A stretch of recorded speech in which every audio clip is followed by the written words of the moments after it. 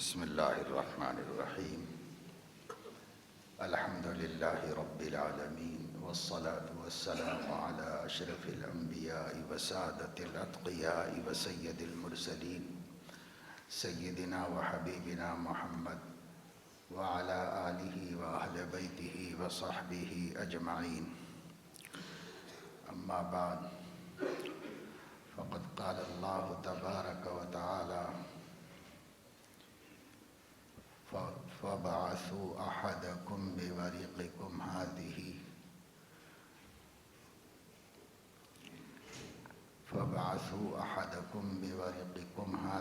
فَلْيَنْظُرْ أَيُّهَا أَزْكَى طَعَامًا فَلْيَأْتِكُمْ بِرِزْقٍ مِّنْهُ وَلْيَتَلَطَّفْ وَلَا يُشْعِرَنَّ بِكُمْ أَحَدًا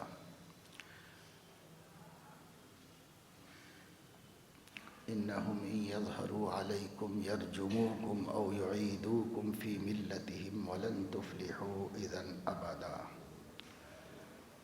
صدق اللہ العظیم۔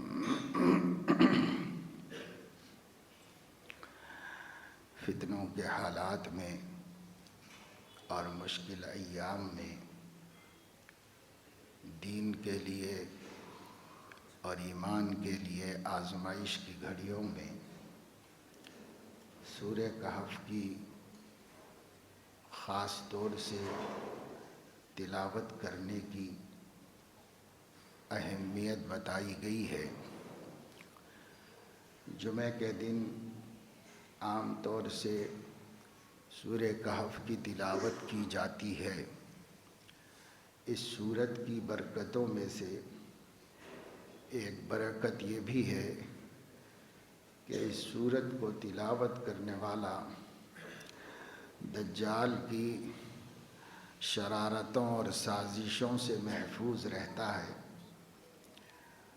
اور دجال کی شرارتیں بہت خوفناک اور خطرناک ہیں، یہاں تک کہ زمین پر رہنے والے ہی اس سے متاثر نہیں ہوتے۔ احادیث کے مطابق جو لوگ قبروں میں ہیں وہ بھی دجال کے اثر اور اس کے شر سے متاثر ہوتے ہیں۔ اس لیے ایک بدترین شر ہے۔ حضور اکرم صلی اللہ علیہ وسلم نے اس سے پناہ مانگی۔ آپ سے پہلے جتنے انبیاء تشریف لائے انہوں نے بھی اپنی قوموں کو خبردار کیا اور اس کی شرارت سے اور اس کے اثرات سے خبردار کیا اور ڈرایا ان کو اور بچنے کی تاکید کی۔ حضور علیہ السلام نے ایک دفعہ فرمایا کہ دجال بدترین آزمائش ہے، اگر یہ میری زندگی کے اندر ظہور پذیر ہو جاتا ہے تو میں تم لوگوں کی طرف سے اس سے نمٹنے کے لیے کافی ہوں، یعنی تمہیں کوئی رسک اور خطرہ نہیں ہوگا، تمہارا نبی اس کو نمٹ لے گا۔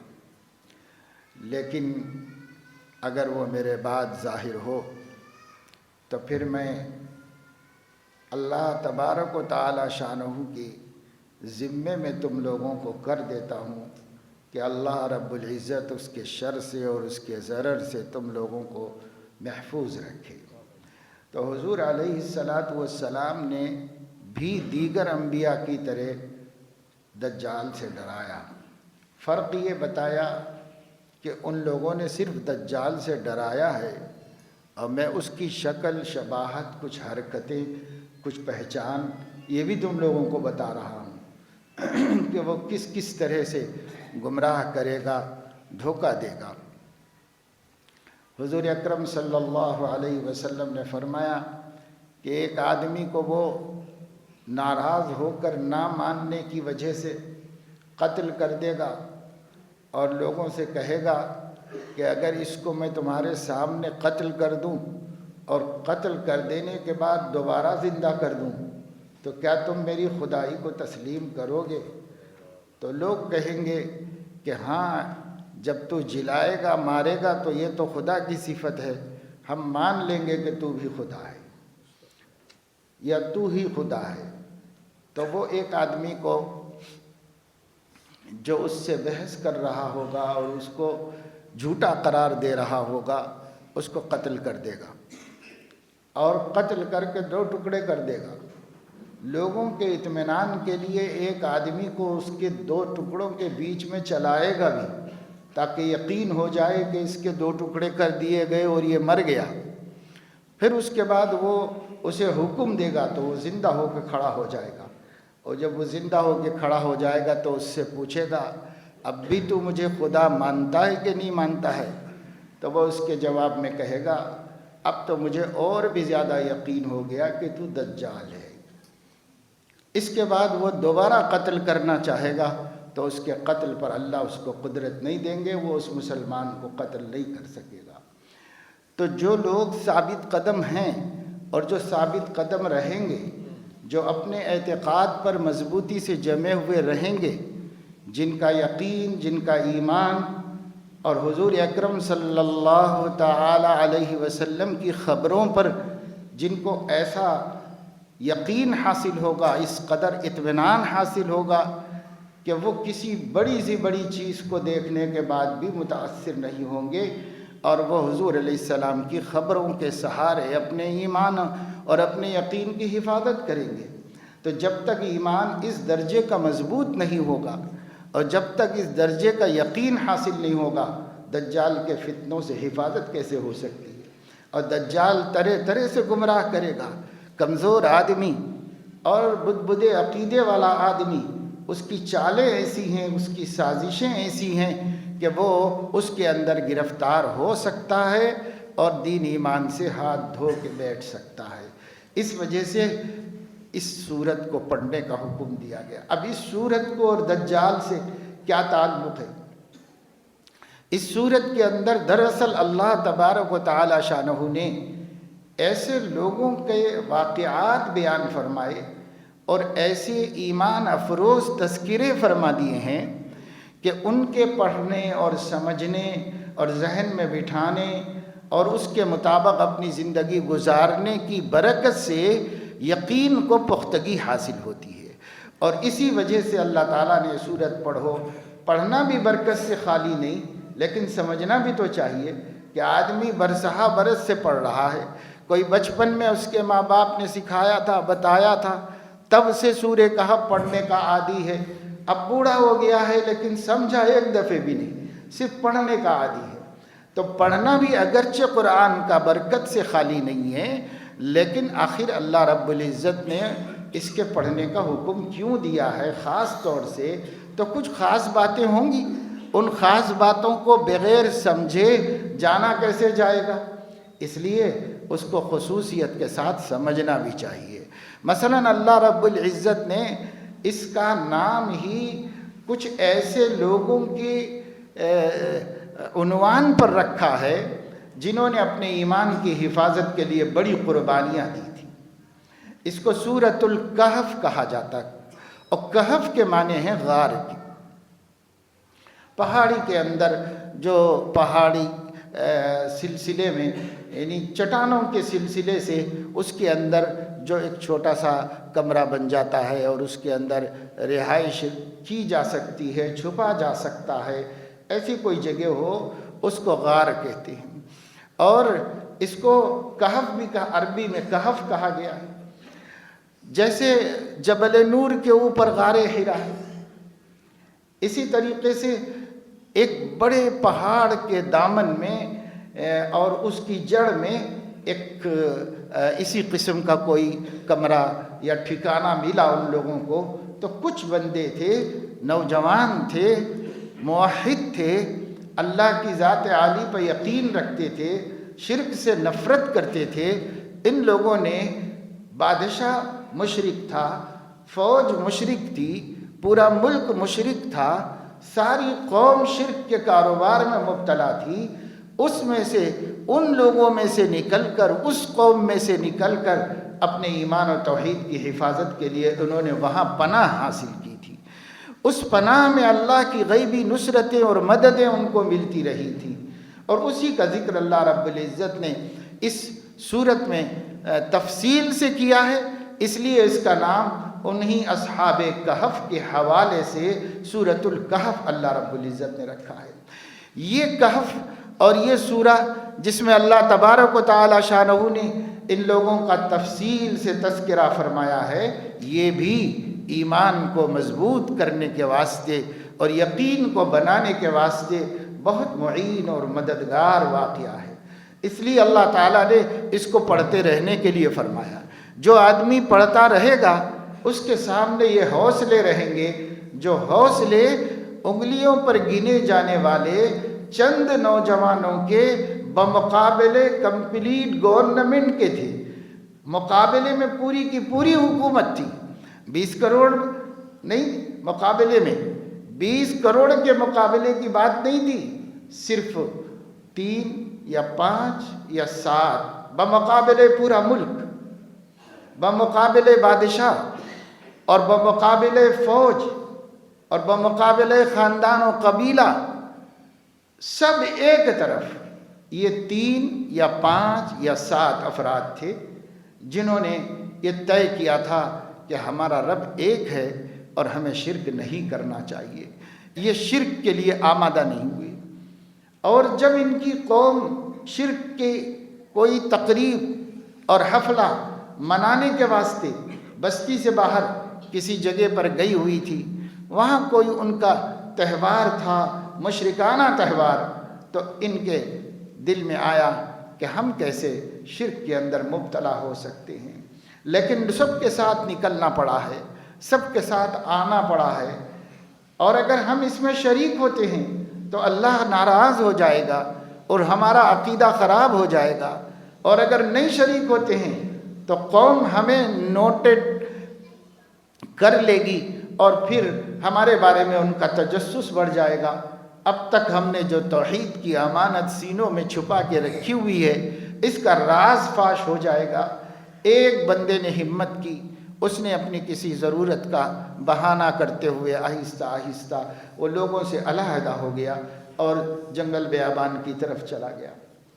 دور جا کر کہیں اکیلا بیٹھ گیا کہ بھئی جب تک وہ لوگ اپنے شرک کی شرکیہ اعمال سے فارغ نہ ہو جائیں، ادھر ہی کہیں اپنی ضرورت سے گھومتے رہو اور پھر اس کے بعد چلے جائیں گے سر شام۔ وہاں پر بیٹھا ہوا تھا۔ تھوڑی دیر کے بعد ایک اور نوجوان آئے، انہوں نے بھی دیکھا کہ بھئی اکیلے نہیں، یہاں کوئی اور پہلے سے بیٹھا ہے، ہم بھی یہاں پر بیٹھ جائیں، تو وہ بھی آ کر کے بیٹھ گیا۔ تھوڑی دیر کے بعد ایک اور تیسرا نوجوان آیا، وہ بھی آ کر وہاں بیٹھ گیا۔ اب یہ تینوں تھے، یا اس طرح 5 لوگ جمع ہو گئے تھے، یا اس طرح 7 لوگ جمع ہو گئے تھے، بس یہ اتنے لوگ تھے۔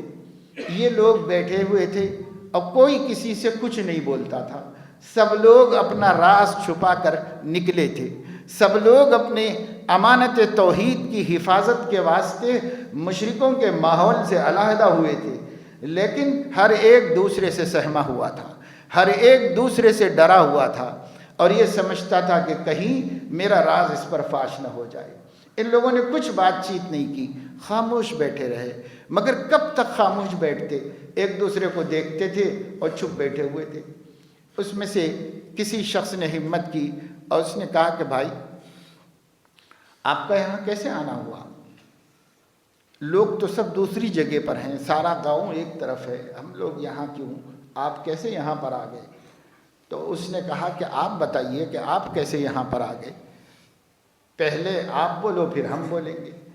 لیکن جب کوئی بھی پہل کرنے کو تیار نہیں تھا تو انہوں نے ایک دوسرے کو قسمیں دلائیں کہ اگر وہ دل کی بات بولے گا اور اس کو اس سے اتفاق نہیں ہوگا تو پھر وہ اس کو ضرر نہ پہنچائے، نقصان نہ پہنچائے، جو سچی بات ہے اس کے دل کی وہ ظاہر کر دے۔ جب ان لوگوں نے ایک دوسرے کو اطمینان دلایا اور اعتماد میں لے لیا تو ایک بندے نے کہا کہ بھائی بات دراصل یہ ہے، ہماری قوم صریح شرک میں مبتلا ہے، جو جہالت ہے، اللہ کے ساتھ بغاوت ہے، اپنے خالق اور مالک کی ناقدری ہے اور اس کی نافرمانی ہے، اور میں نہیں مانتا کہ اللہ کے علاوہ بھی کوئی بندگی کے لائق ہے۔ میں صرف ایک اللہ کو اپنا رب مانتا ہوں، اپنا پروردگار مانتا ہوں، اپنا پالنہار مانتا ہوں، اسی کو اپنا معبود سمجھتا ہوں، اسی کے لیے بندگی کرتا ہوں، زمین نیاز جھکاتا ہوں، اسی کے سامنے سجدہ ریز ہوتا ہوں، اسی کے آگے ہاتھ اٹھاتا ہوں اور دست بدعا ہوتا ہوں۔ میں اس کے علاوہ کسی کو نہیں مانتا اور کسی کو اس کی ذات میں شریک نہیں سمجھتا۔ اس وجہ سے میری قوم شرک میں مبتلا ہے، میں اس عمل سے بچنے کے لیے اپنے کو کسی بہانے سے یہاں لے کر کے آیا۔ تو دوسرے ساتھی نے کہا کہ واللہ ہمارے بھی دل کی یہی پکار ہے اور یہی آواز ہے، میں بھی اسی لیے وہاں سے نکلا اور سوچا کہ کسی بہانے سے دور نکل جاؤں تاکہ شرک میں مبتلا نہ رہوں، شریک نہ رہوں، شریک بھی رہوں گا تو کہیں خدا کا غضب نازل نہ ہو جائے، اس لیے میں وہاں سے اپنے کو علیحدہ کر کے لے کے آیا۔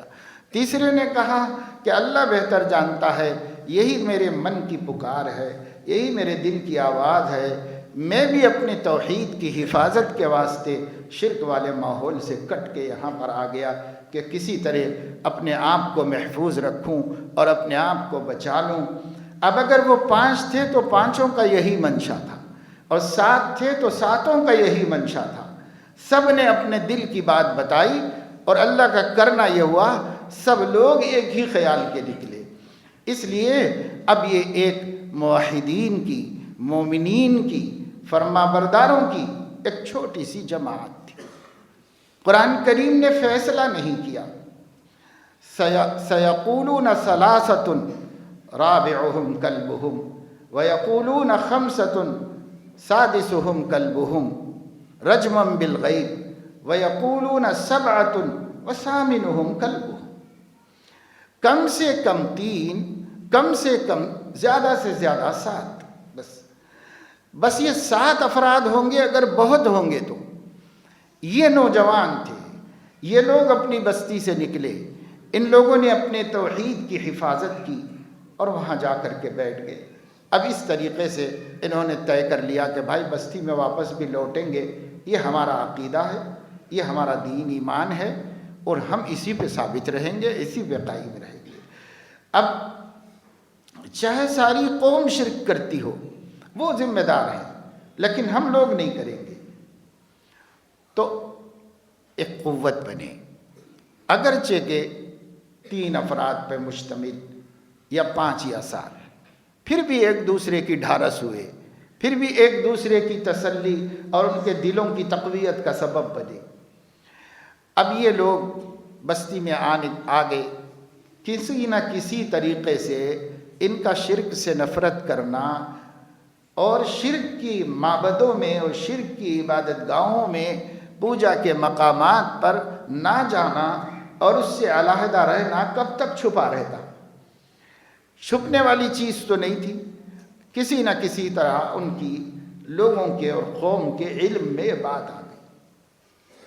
جب ان کے علم میں بات آ گئی کہ بھئی فلاں فلاں فلاں لوگ ہیں جو توحید پرست ہیں، وہ ہمارے دین پہ نہیں ہیں، آبا و اجداد کا مذہب انہوں نے چھوڑ دیا ہے اور وہ اس مذہب پر ہیں جس کا یہاں کوئی چرچا نہیں، ذکر نہیں، کوئی ماننے والا نہیں، کوئی جاننے والا نہیں، اپنے آپ کو بالکل دوسرے مذہب کا کہتے ہیں۔ تو جب حق پرست لوگ کم ہوتے ہیں تو اہل باطل حق پرستوں ہی کو اہل باطل کہتے ہیں۔ جیسے لوگ حضور اکرم صلی اللہ علیہ وسلم کو صابئی کہتے تھے۔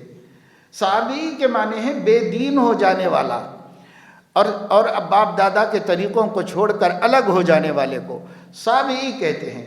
تو مشرکین سب مل کر حضور علیہ السلام کو صابئی کہتے تھے، حالانکہ صابئی وہ لوگ خود تھے، بد دین تھے، بے دین تھے، اصل اللہ کے بھیجے ہوئے دین سے ہٹ گئے تھے، لیکن نبی کو کہتے تھے کہ یہ بے دین ہے، انہوں نے دین چھوڑ دیا ہے، یہ کہتے تھے۔ اسی طرح ان لوگوں نے بھی ان کو بے دین قرار دے دیا، اور یہ بات شدہ شدہ وقت کے بادشاہ تک پہنچ گئی۔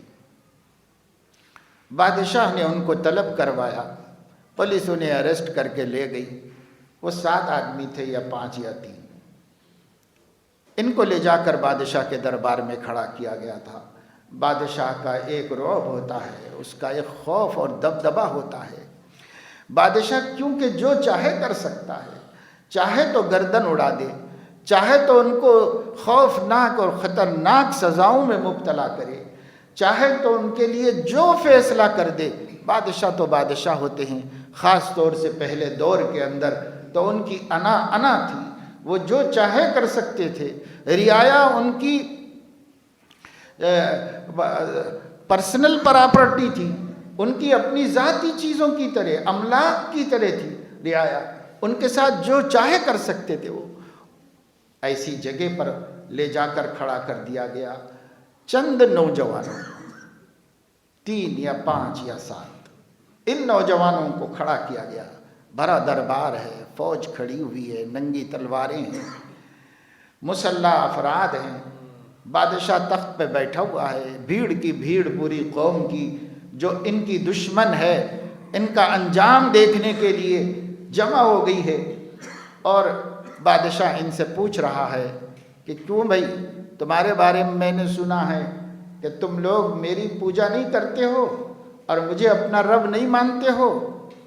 انہوں نے کہا کہ نہیں مانتے ہیں، ہم اپنے رب کو رب مانتے ہیں، جو رب نہیں ہے اسے ہم کیسے رب مانیں؟ اس نے کہا کہ پھر تمہارا رب کون ہے؟ میں نہیں ہوں تو پھر کون ہے تمہارا رب؟ پہلے بادشاہ لوگ اپنے کو پجواتے تھے اور اپنے کو رب کہتے تھے۔ میں نہیں ہوں تو تمہارا اور کون رب ہے؟ اولکم ربن غیری، کیا تمہارا میرے علاوہ بھی کوئی رب ہے؟ کس کو تم آخر پوچھتے ہو مجھے چھوڑ کر؟ سارا ملک مجھے پوچھتا ہے، ساری رعایا اور پبلک میری بندگی کرتی ہے، تم کس کی کرتے ہو؟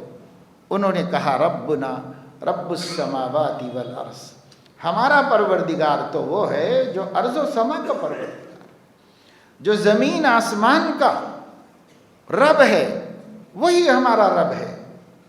اللہ ندعو من دونہ الہا لقد قلنا اذا شططا، ہم اسے چھوڑ کے کسی کو نہیں پکار سکتے، ہم اسے چھوڑ کر کبھی کسی اور کی پرستش نہیں کریں گے، کسی اور سے دعا نہیں مانگیں گے، کسی اور کو حاجت روا اور مشکل کشا نہیں سمجھیں گے، صرف اللہ کو۔ لن ندعو، ہرگز نہیں کریں گے کسی اور کی پرستش۔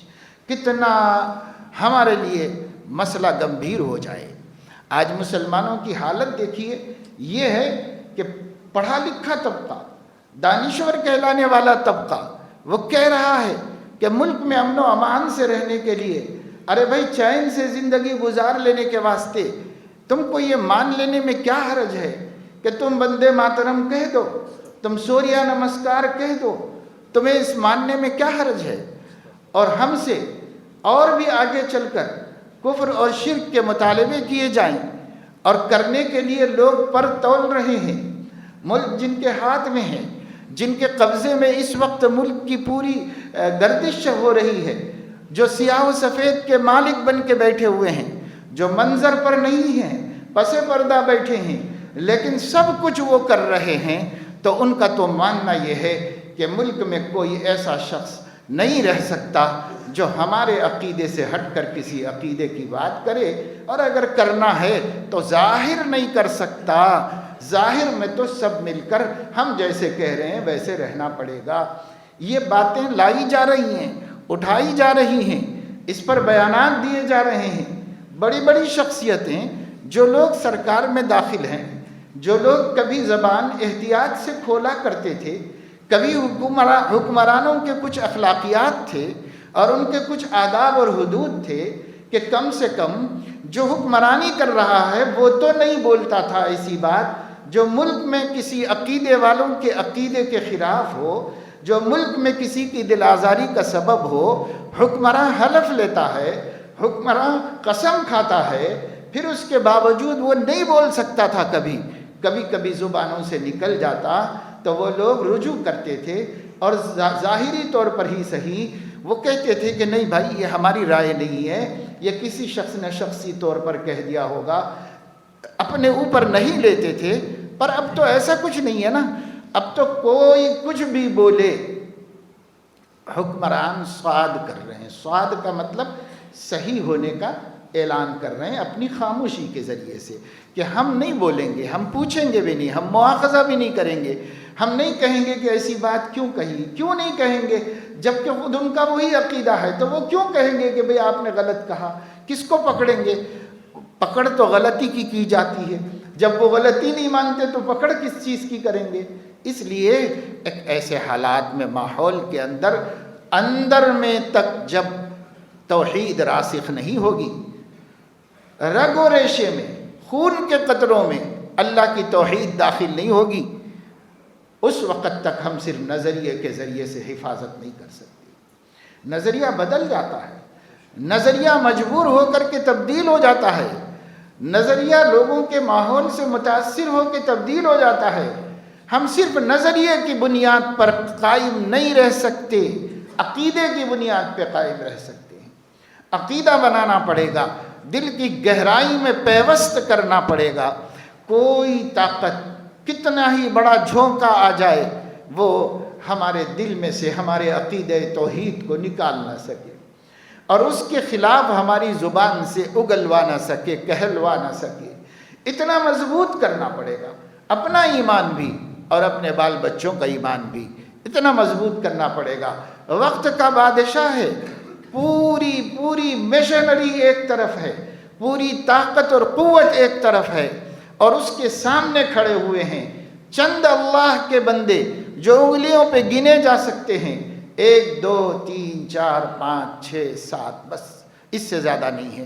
یہ کھڑے ہوئے ہیں اور یہ کہہ رہے ہیں لن ندعو من دونہ الہا، ہم اس اللہ کو چھوڑ کر کسی کو الہ نہیں مان سکتے، ہم اس کو پکار نہیں سکتے، ہم ان کا سوریہ وندنا اور پوجا نہیں کر سکتے۔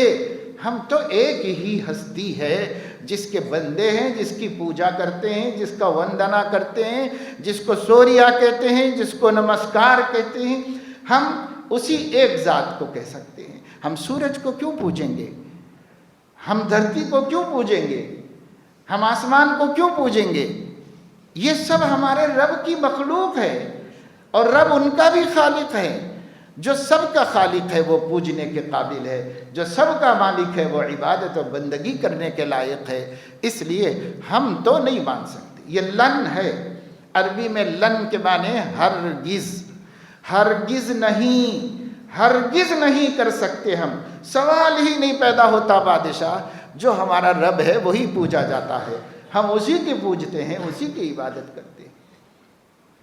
لقد قلنا اذا شططا، اگر ہم ایسی بات کہیں گے نعوذ باللہ تو ہم حق کے خلاف بات کہیں گے، جھوٹ بات کہیں گے، سچائی سے ہٹ جائیں گے ہم، اس لیے نہیں کہہ سکتے۔ ہؤلاء قوم اتخذوا من دونہ آلہہ، اور یہ جو ہماری قوم ہے نا، جو آپ کو رب مان رہی ہے اور بہت سارے بتوں کو تراش کر ان کو رب مان رہی ہے، ان کی بندگی کر رہی ہے، تو یہ قوم ہماری صحیح نہیں کر رہی ہے۔ اتخذوا من دونہ آلہہ، یہ ہماری قوم کے لوگ، ہمارے قبیلے کے لوگ، ہمارے شہر کے لوگ، ہمارے ملک کے لوگ، یہ اللہ کو چھوڑ کر دوسرے خداؤں کو خدا بنا دیا۔ اتخذوا من دونہ آلہہ۔ دیکھو ایمان میں کتنا پاور ہوتا ہے۔ یہ 3 یا 7 آدمی وقت کے بادشاہ سے پوچھ رہے ہیں لولا یأتون علیہم بسلطان بین، اگر اس قوم کے پاس دم ہے تو کوئی دلیل پیش کرے ان کے معبودوں کے معبود ہونے کے اوپر، کوئی دلیل پیش کرے اگر ان کے پاس دم ہے تو۔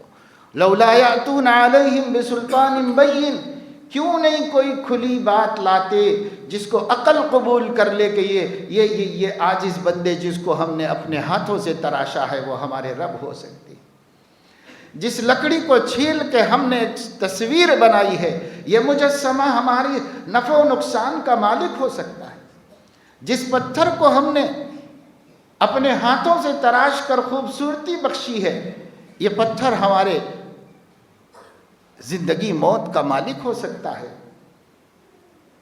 جس کو ہم نے بڑی طاقت سمجھا کہ یہ ناگ ہے، ڈستا ہے تو جان ہی لے لیتا ہے، لہذا اس کو ہمیں موت کا مالک کہنا چاہیے۔ یہ سورج ہے جس کی روشنی سے پورا عالم روشن ہو جاتا ہے، اس کو ہمیں روشنی کا مالک کہنا چاہیے. یہ فلاں ہے جس کی خوشنودی کی وجہ سے مال و دولت میں اضافہ ہو جاتا ہے، لہذا ہمیں اسے دولت کی دیوی کہنا چاہیے. فلاں کو یہ کہنا چاہیے، فلاں کو یہ کہنا چاہیے، ہؤلاء قوم اتخذوا من دونہ آلہہ، یہ ہماری قوم ہے جس نے اللہ کو چھوڑ کر اپنے فرضی خدا بنا رکھے. لولا یأتون علیہم بسلطان بین، ان کے پاس کوئی آسمانی دلیل تو کیا ہوتی، عقلی دلیل تک نہیں، عقلی دلیل تک نہیں. اللہ تعالیٰ فرما رہے ہیں اگر مکھی ان کے شکر کا دانہ لے کر کے جائے تو وہ اس مکھی سے اپنے شکر کا دانہ نہیں روک سکتے. وہ تمہارے ضرر اور نفع اور زندگی اور موت اور اولاد اور حیات اور عزت اور دولت کے کیا مالک ہو سکتے؟ کیا ہے ان کے پاس کہ جو تمہاری مدد کر سکے؟ کچھ بھی تو نہیں کر سکتے. ایسے بے بسوں کو تم نے کیسے خدا سمجھا ہے؟ لولا یأتون علیہم بسلطان بین، اور نہیں لا سکتے دلیل، اور قیامت تک نہیں لا سکتے.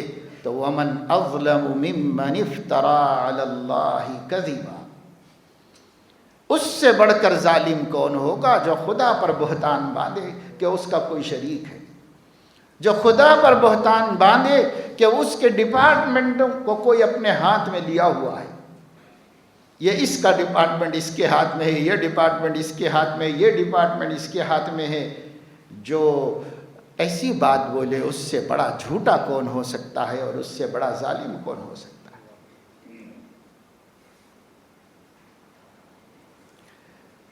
بادشاہ نے بہت ناراضگی کا اظہار کیا اور کہا تم لوگ کھڑی جوانی میں ہو، ابھی تم نے زندگی نہیں دیکھی ہے. میں نہیں چاہتا کہ تمہاری گردنیں اڑا کر تمہاری زندگی کے خواب ہی کو چکنا چور کر دوں. میں باوجود تمہارے غصہ دلانے کے اور باوجود میرے سامنے اتنی جرت اور گستاخی کرنے کے بھی میں تمہیں 3 دن کی مہلت دیتا ہوں. سوچ لو، غور کر لو. اگر اپنی جان پیاری ہے تو واپس آؤ، اور جو میرا دین ہے، میری قوم کا دین ہے، اسے اختیار کرو. اور اگر نہیں تو پھر جو انجام ہوگا اس کے لیے تیار ہو جاؤ. ظاہر ہے کہ انجام موت کے علاوہ کچھ بھی نہیں تھا. ان نوجوانوں نے دل میں خدا کا شکر ادا کیا کہ احمق نے 3 دن کا موقع دیا ہے. اس موقع میں پہلے کوشش کر لیں گے ایمان کی سلامتی کے ساتھ ہم کسی طرح یہاں سے نکلنے میں کامیاب ہو جائیں، اور نہیں اللہ کو منظور ہے تو کوئی بات نہیں ہے، ایمان پر مریں گے پر ایمان کا سودا نہیں کریں گے. یہ طے کر لیا ان لوگوں نے. وَإِذِ اعْتَزَلْتُمُوهُمْ وَمَا يَعْبُدُونَ إِلَّا اللَّهَ فَأْوُوا إِلَى الْكَهْفِ يَنشُرْ لَكُمْ رَبُّكُمْ مِنْ رَحْمَتِهِ وَيُهَيِّئْ لَكُمْ مِنْ أَمْرِكُمْ مِرْفَقًا. اللہ نے ان سے فرمایا دل میں بات ڈالی، خاموش بستی سے نکل جاؤ، آج ہی رات میں چپکے سے نکل جاؤ، اور نکل کر کے کسی غار میں جا کر کے کسی پہاڑ میں جا کے چھپ جاؤ. وہاں جا کر کے ہم اپنے ایمان کی حفاظت کر لیں گے. آگے اللہ کو جو کرنا ہے اللہ رب العزت کرے گا. ینشر لکم ربکم من رحمتہ. یقین تو دیکھیے اس مٹھی بھر جماعت کا کہ بھائی ظاہری تدبیر کر کے کسی غار میں پہاڑ میں چھپ جاؤ، تمہارا رب تمہارے اوپر اپنی رحمتیں بکھیر دے گا، اونڈیل دے گا تمہارے اوپر. ینشر لکم ربکم من رحمتہ ویہیئ لکم من امرکم مرفقا. اور تمہارے اس گمبھیر مسئلے میں وہ کوئی راہ نکالے گا اور وہی تمہیں آسانی اور عافیت سے بچا لے گا. کیونکہ ہم تو اللہ پہ بھروسہ کرتے ہیں، ہم کسی دیوی دیوتا کے بندے نہیں ہیں، ہم کسی عاجز اور محتاج کے بندے نہیں ہیں، ہم تو قادر مطلق کے بندے ہیں، ہم ارض و سما کے مالک کے بندے ہیں، ہم ہمارے بھی خالق اور مالک کے بندے ہیں. اس لیے ہمیں نہیں ڈرنا کسی سے، اللہ سے بھرپور امید رکھتے ہیں کہ اللہ ہماری مدد کرے گا. یہ لوگ چلے گئے وہاں پر اور ایک غار میں گئے، تھکے ہوئے تھے، جا رہے تھے تو ساتھ میں ان کے ایک کتا بھی بعض وقت لوگوں کو دیکھ کے ان کے پیچھے نکل جاتا ہے، تو بستی سے ایک کتا بھی ان کے پیچھے ہو گیا، وہ بھی چلا گیا ساتھ میں. تو اللہ تعالیٰ نے قرآن مجید میں فرمایا کہ یہ لوگ 3 تھے، چوتھا ان کا کتا، یہ لوگ 5 تھے، چھٹا ان کا کتا، یہ لوگ 7 تھے، 8واں ان کا کتا. تو ان کی تعداد کے ساتھ برابر اللہ شمار کرتے جا رہے اس کتے کو بھی، جو اللہ کے ایسے مجاہد بندوں اور ایسے مضبوط بندوں اور ایسے موحد بندوں جو اللہ سے بے وفائی نہیں کرنے والے ہیں، باوفا ہیں، اللہ کے باغی نہیں ہیں، ان بندوں کے ساتھ جو جڑ گیا اس کا ذکر بھی قرآن میں اللہ دوہرا دوہرا کے کر رہے ہیں.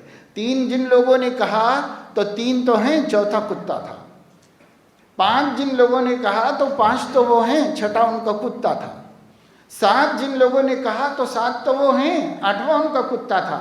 یعنی اللہ فرما رہے ہیں ان کے کتے کو نظر انداز مت کرو، اس کا بھی ذکر کرو، اس کا بھی ذکر کرو جس نے میرے توحید والے بندوں کے ساتھ دیا ان کا.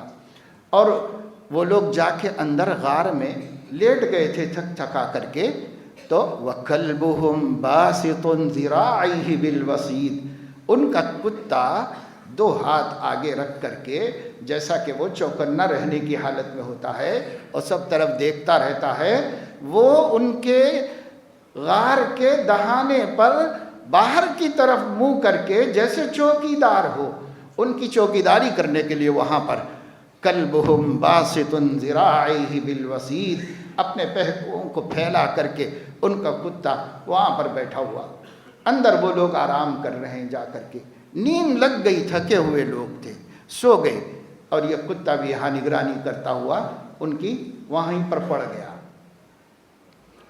اللہ رب العزت فرما رہے ہیں کہ ہم نے سورج کو حکم دیا کہ وہ طلوع اس انداز سے ہو اور غروب اس انداز سے ہو کہ یہ میرے بندے ایمان والے اور توحید والے جو اس میں آرام کر رہے ہیں ان کو کوئی نقصان نہ پہنچے. شدت کے وقت میں ان کے اوپر دھوپ نہ جائے، صبح کی ٹھنڈی دھوپ جائے، شام کی ٹھنڈی دھوپ جائے، کیونکہ دھوپ کی بھی ضرورت ہے زندہ رہنے کے واسطے. اس لیے اللہ نے ہواؤں کا انتظام کیا، اللہ تعالیٰ نے سورج کو حکم دیا، اللہ نے چاند کو حکم دیا، اپنی ساری مشینری متحرک کر دی ان 3 یا 5 یا 7 ایمان والوں کی حفاظت کے واسطے. اور اللہ تعالیٰ فرما رہے ہیں ان کو جو نیند لگی تو میں نے بھی کہا کہ سونے دو، آرام کرنے دو، تھکے ہوئے ہیں میرے بندے، آرام تو کر لیں، پھر دیکھا جائے گا جب حالات اچھے ہوں گے تو ہم ان کو پھر سے جگائیں گے، نیند سے بیدار کریں گے. کتنا سویا؟ قرآن مجید کہتا ہے 300 سنین وازدادوا 9، 309 برس تک سوتے رہے، 309 برس تک. اور آگے فرمایا قل اللہ اعلم بما لبثوا، آپ کہہ دیجئے کہ صحیح تعداد تو پھر بھی ہم نہیں بتا سکتے، اللہ ان کے رہنے کی سالوں کو زیادہ بہتر جانتا ہے. لہو غیب السماوات والارض، آسمان و زمین کا غیب سب اس کے پاس ہے، اس لیے وہ صحیح جانتا ہے. تو 300 برس سے زائد اللہ رب العزت نے ان کو نیند میں رکھا، سوتے ہی رہے، مرے نہیں، ختم نہیں ہو گئے، زندہ رہے.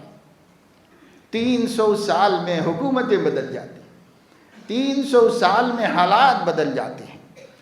ان 300 برسوں کے گزرنے میں حضرت سیدنا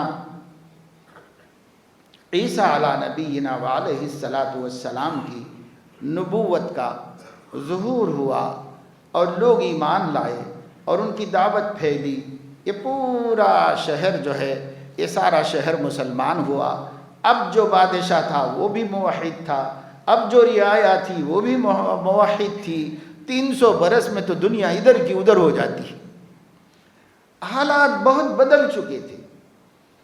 309 برس کے بعد جب یہ جاگے تو ان لوگوں کو بھوک لگ رہی تھی. ہم تو 7-8 گھنٹوں کے بعد جاگتے ہیں تو بھوک لگ رہی ہوتی، یہ 300 برس کے بعد جاگے تو ان کو بھوک لگ رہی تھی. ان کے پاس اپنے جیب میں کچھ پیسے بھی تھے، جو بھی اس وقت کا سکہ رہا ہوگا وہ سکے کچھ ان کے پاس تھے ساتھ میں، وہ سکے نکالے انہوں نے اور آپس میں گفتگو کی، اور اس کے بعد انہوں نے ان سے کہا کہ بھائی دیکھو، کوئی جا کر اکیلا آدمی کھانا لے کے آئے بازار سے، ہوٹل سے کھانا لا لے، کھانا کھا لیں گے ہم لوگ، بھوک لگ رہی ہے، مگر ایک آدمی جاؤ اور ہوشیاری سے جاؤ، کیونکہ بادشاہ نے ہمیں 3 دن کی مہلت دی ہوئی ہے۔ 3 دن 300 برس ہو گئے، ان کو پتہ نہیں تھا کہ 300 برس گزر گئے۔ کھانے کے لیے بھیجا آدمی کو۔ وہ آیت میں نے جو تلاوت کی شروع خطبے میں، وہ یہ آیت ہے، فَبْعَثُوا أَحَدَكُمْ بِوَرِقِكُمْ هَٰذِهِ إِلَى الْمَدِينَةِ، ایک آدمی کو یہ چاندی کا سکہ دے کر کے بھیجو، شہر میں جائے، فَلْيَنظُرْ أَيُّهَا أَزْكَىٰ طَعَامًا، دیکھو مشرکین کا شہر ہے، ذرا وہاں جا کر کے تحقیق کر لے کہ حلال کھانا کہاں ملتا ہے، اس کی تحقیق کر لے، حلال کھانے کی تحقیق کر لے۔ فَلْيَنظُرْ أَيُّهَا أَزْكَىٰ طَعَامًا، پاکیزہ کھانا کون سا ہے، حلال کھانا کون سا ہے، اس کی تحقیق کرے، اور تحقیق کر کے وہ کھانا لے کر کے آئے۔ فَلْيَأْتِكُمْ بِرِزْقٍ مِّنْهُ وَلْيَتَلَطَّفْ وَلَا يُشْعِرَنَّ بِكُمْ أَحَدًا، اور ذرا ہوشیاری سے جائے، چھپ کر جائے، مخفی طریقے سے جائے، تاکہ وہ لوگ پہچاننے نہ پائیں، اگر وہ پہچان لیں گے تو شاید ہمیں ڈھونڈ رہے ہوں گے۔ إِنَّكُمْ إِن يَظْهَرُوا عَلَيْكُمْ يَرْجُمُوكُمْ أَوْ يُعِيدُوكُمْ فِي مِلَّتِهِمْ، اس لیے کہ وہ ایک کو بھی اگر وہ پکڑنے میں کامیاب ہو جائیں گے تو پھر سب کو پکڑیں گے، یا تو تمہیں سنسار کر دیں گے، یا پھر تمہیں واپس تمہارے آبا و اجداد کے باطل دین کی طرف لے جائیں گے، گھر واپس ہی کرائیں گے۔ انہم ان یظہروا علیکم یرجموکم او یعیدوکم فی ملتہم، واپس اپنی ملت میں لے لیں گے۔ ولن تفلحوا اذا ابدا، اگر تم ایسا کرنے میں ہار گئے تو پھر کبھی کامیاب نہیں ہو سکتے اور اللہ کے عذاب سے اپنے کو بچا نہیں سکتے۔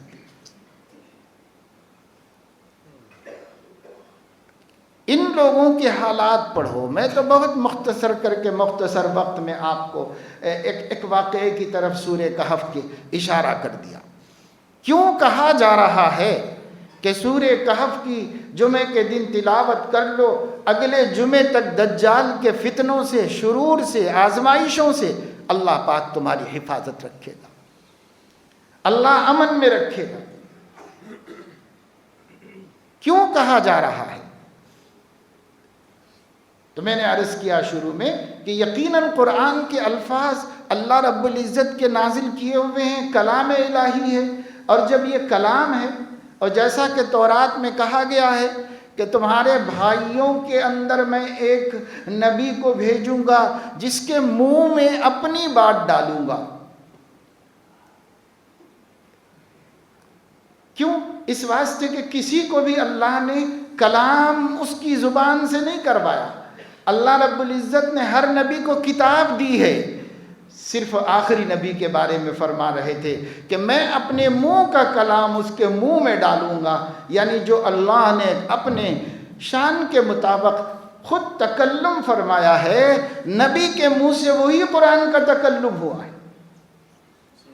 اور جب ہم کہتے ہیں وَكَلْبُهُمْ، ان کا کتا، تو ہمیں ہر حرف پر 10 نیکیاں ملتی، کیونکہ خدا نے اپنے کلام میں فرما دیا ہے، اللہ نے بھی یہ پڑھا ہے اپنی زبان سے، وَكَلْبُهُمْ بَاسِطٌ ذِرَاعَيْهِ بِالْوَسِيدِ ثَلَاثَةٌ رَابِعُهُمْ كَلْبُهُمْ خَمْسَةٌ سَادِسُهُمْ كَلْبُهُمْ سَبْعَةٌ ثَامِنُهُمْ كَلْبُهُمْ، یہ ان کا کتا، ان کا کتا، ان کا کتا، یہ اللہ پاک نے اپنی زبان مبارک سے اس کا نام دیا ہے۔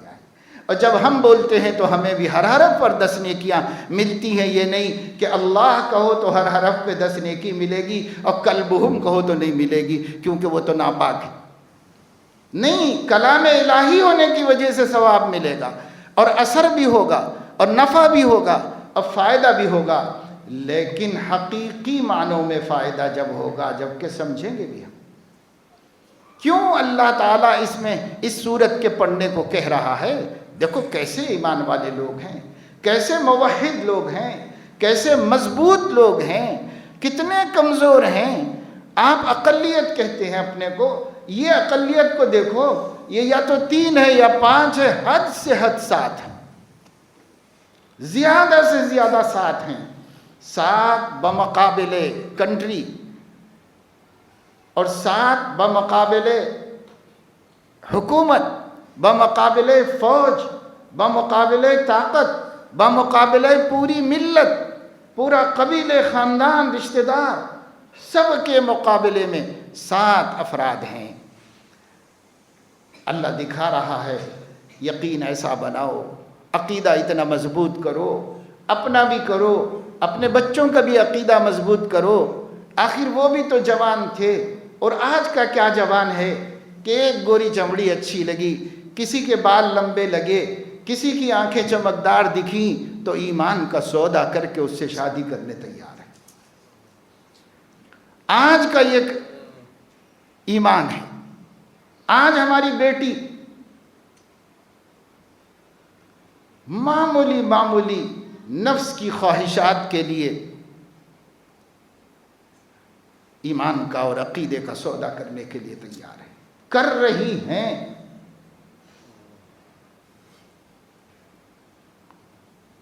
اگر مومن ہوتے، موحد ہوتے تو ان کے اوپر پہاڑ گر جاتے۔ جب وہ کسی مندر میں اپنا بندھن کروا رہی ہوں، جب وہ کسی جج کے سامنے کھڑے ہو کر اپنی رجسٹری کروا رہی ہوں میرج کی،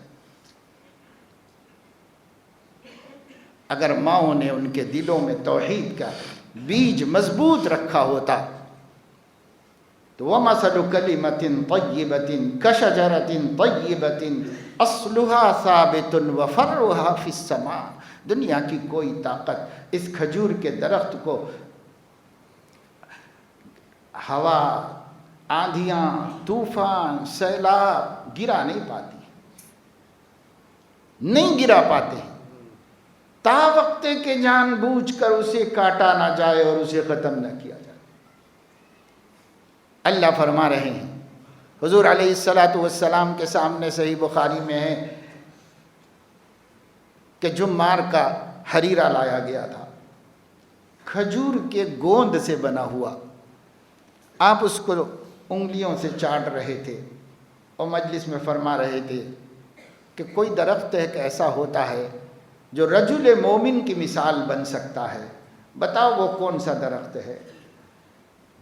تو سب لوگ خاموش بیٹھے۔ حضرت عبداللہ ابن عمر رضی اللہ عنہما عمر میں بہت چھوٹے بھی تھے مگر پیچھے مجلس میں موجود تھے، فرماتے ہیں کہ میرے دل میں آیا کہ وہ کھجور کا درخت ہے جو رجل مومن کی مثال بننا چاہیے، لیکن بڑے لوگ موجود تھے تو بڑوں کے سامنے بولنے کی ہمت نہیں ہو سکی مجھے، اس لیے میں چپ رہا، اور جب کسی نے بھی نہیں کہا اور یہ پوچھا کہ یا رسول اللہ آپ ہی بتا دیجئے، تو حضور علیہ السلام نے فرمایا کہ النخل، وہ کھجور کا درخت ہے، یہ رجل مومن کی مثال ہے، اس کی جڑیں زمین میں پیوست ہیں اور اس کی شاخیں آسمان سے باتیں کر رہی ہیں۔ مومن اپنے اخلاق و کردار اور اپنے اعمال اور اپنے افعال کے اعتبار سے اتنا بلند اخلاق ہوتا ہے اور اتنا بلند کردار والا ہوتا ہے کہ اس سے اونچی کسی کے اخلاق کا تصور نہیں کر سکتے، اور مومن اپنے جڑوں کی مضبوطی اور عقیدے اور ایمان کی پختگی کے اعتبار سے کھجور کے تنوں کی طرح، کھجور کے تنے اور اس جڑوں کی طرح مضبوط ہوتا ہے۔ یہ رجل مومن کی مثال دنیا کے سب درختوں میں کھجور کے درخت سے دی گئی۔ قرآن نے بھی کہا وَمَثَلُ كَلِمَةٍ طَيِّبَةٍ كَشَجَرَةٍ طَيِّبَةٍ أَصْلُهَا ثَابِتٌ وَفَرْعُهَا فِي السَّمَاءِ تُؤْتِي أُكُلَهَا كُلَّ حِينٍ بِإِذْنِ رَبِّهَا۔ تو یہ ایمان ہونا چاہیے، ایسا ایمان ہونا چاہیے، ایسا یقین ہونا چاہیے۔ ایمان و یقین پر محنت کریں گے تو ایمان بنے گا، محنت نہیں کریں گے تو ایک نظریے کے طور پر ہم قبول کیے ہوئے ہوں گے، لیکن وہ ابھی اندر نہیں داخل ہوگا۔ اندر اس لیے فرمایا قالت الاعراب آمنا قل لم تؤمنوا ولكن قولوا اسلمنا ولما يدخل الايمان في قلوبكم. بدو لوگ آئے اور کلمہ پڑھتے ہی کہا کہ ہم مومن ہو گئے. آپ ان سے کہیے کہ یہ کہو کہ ہم سرنڈر ہو گئے، ہم مسلم ہو گئے، فرما بردار ہو گئے، مان لی ہے ہم نے بات. لیکن ایمان کب بنے گا؟ لما يدخل الایمان فی قلوبکم، جب ایمان تمہارے دل کی گہرائیوں میں پیوست ہو جائے اور جڑیں بنا لے، تب جا کر ایمان ہوتا ہے. اور کیسے بنے گا؟ تو ان تطیعوا اللہ ورسولہ لا یلدکم من اعمالکم شیئا، اللہ رسول کی اطاعت سے بنے گا. اللہ رسول کی فرما برداری سے یہ جڑیں مضبوط کرے گا اندر جا کر کے. تو ایمان. آج ہم مومن ہیں میرے دوستو، لیکن اس ایمان کی جڑوں کو مضبوط کرنا ہے، اس ایمان کو یقین تک پہنچانا ہے، اس ایمان کو کھجور کے درخت کی طریقے سے اتنا مضبوط کر دینا ہے کہ پھر یہ اپنی شاخیں بھی نکالے اور اپنا پھل بھی دے. اور ایمان کے جو ثمرات ہیں، ایمان کے ثمرات نماز، روزہ، زکوٰۃ، حج، قربانی، امر بالمعروف نہی عن المنکر، جہاد فی سبیل اللہ، اور قرآن کی تلاوت اور اللہ کا ذکر اور کسب حلال اور جو ہے غربا پروری اور والدین کی خدمت اور مسافروں کی راحت رسانی اور یتیموں اور بیواؤں کا لحاظ و خیال اور انسانیت نوازی، یہ سارے پھل ہیں جو ایمان کے درخت کو لگتے ہیں. اور یہ پھل لگنے ہیں اسی کے لگیں گے جس کی جڑیں مضبوط ہوگی، اور جس کی جڑیں کمزور ہوگی اس کا پھل بھی کمزور ہوگا اور مضبوط نہیں ہوگا. ان تطیعوا اللہ ورسولہ، اگر تم اللہ رسول کی اطاعت کرو. یہ راستہ ہے، یہ طریقہ ہے کہ ہم جڑوں کو کیسے مضبوط کریں. آج اللہ رسول کی اطاعت 5 وقتہ نماز کے حد تک بھی ہم سے نہیں ہو پا رہی، سب سے اہم عمل بھی ہم سے نہیں ہو پا رہا ہے. اس کے بعد کے تو سیکنڈ، تھرڈ، فورتھ اگلے نمبروں پر ہے، لیکن نماز سب سے پہلے نمبر پر ہے. 5 وقت کی روزانہ پڑھنا ہر مومن، مرد و عورت، عاقل بالغ کے اوپر فرض عین ہے، بغیر عذر شرعی کے کوئی چھوڑ نہیں سکتا. ابھی ہم پہلے فریضے میں بھی کامیاب نہیں ہیں. ان تطیعوا اللہ ورسولہ کی تکمیل کب ہوگی؟ کم سے کم یہ فریضہ تو کم سے کم مسلمانوں میں آج رائج ہو جائے. مسلمان کم سے کم نماز کے حد تک کہہ سکے کہ اس میں ہم اللہ رسول کی نافرمان نہیں ہیں، الحمدللہ 5 وقتہ نمازی ہیں. ہر مومن کہہ سکے، ہر مومن کہہ سکے. لیکن اس پر بھی ہماری محنت نہیں ہو رہی ہے. اور جب محنت نہیں ہوگی تو ایمان فرشتہ لا کے ہمارے حلق میں سے زبردستی گھول نہیں دے گا، اندر ڈھکیل نہیں دے گا. ایمان اپنے عمل سے، اپنی کوشش سے، اپنی جہد مسلسل سے یقین کا درجہ پہ پہنچتا ہے. ہمیں کرنا پڑتا ہے، ہمیں کرنا ہے. نہیں کریں گے تو کیسے ایمان؟ قصہ مختصر یہ کہ اس صورت میں اللہ رب العزت نے جن نوجوانوں کا تذکرہ فرمایا ہے، فخر کے ساتھ فرمایا ہے، خوشی کے ساتھ فرمایا ہے. دیکھو کیسے مشکل حالات میں بھی میرے ایمان والے بندوں نے مجھ سے بے وفائی نہیں کی، میرے وفادار بنے، جان کی پرواہ نہیں کی، اپنے مستقبل و فیوچر کو نہیں دیکھا، اس کو دیکھا کہ جانا تو ایک دن اللہ ہی کے پاس ہیں، وفاداری کے ساتھ چلے جائیں یہ بہتر ہے بے وفا بن کر جانے سے.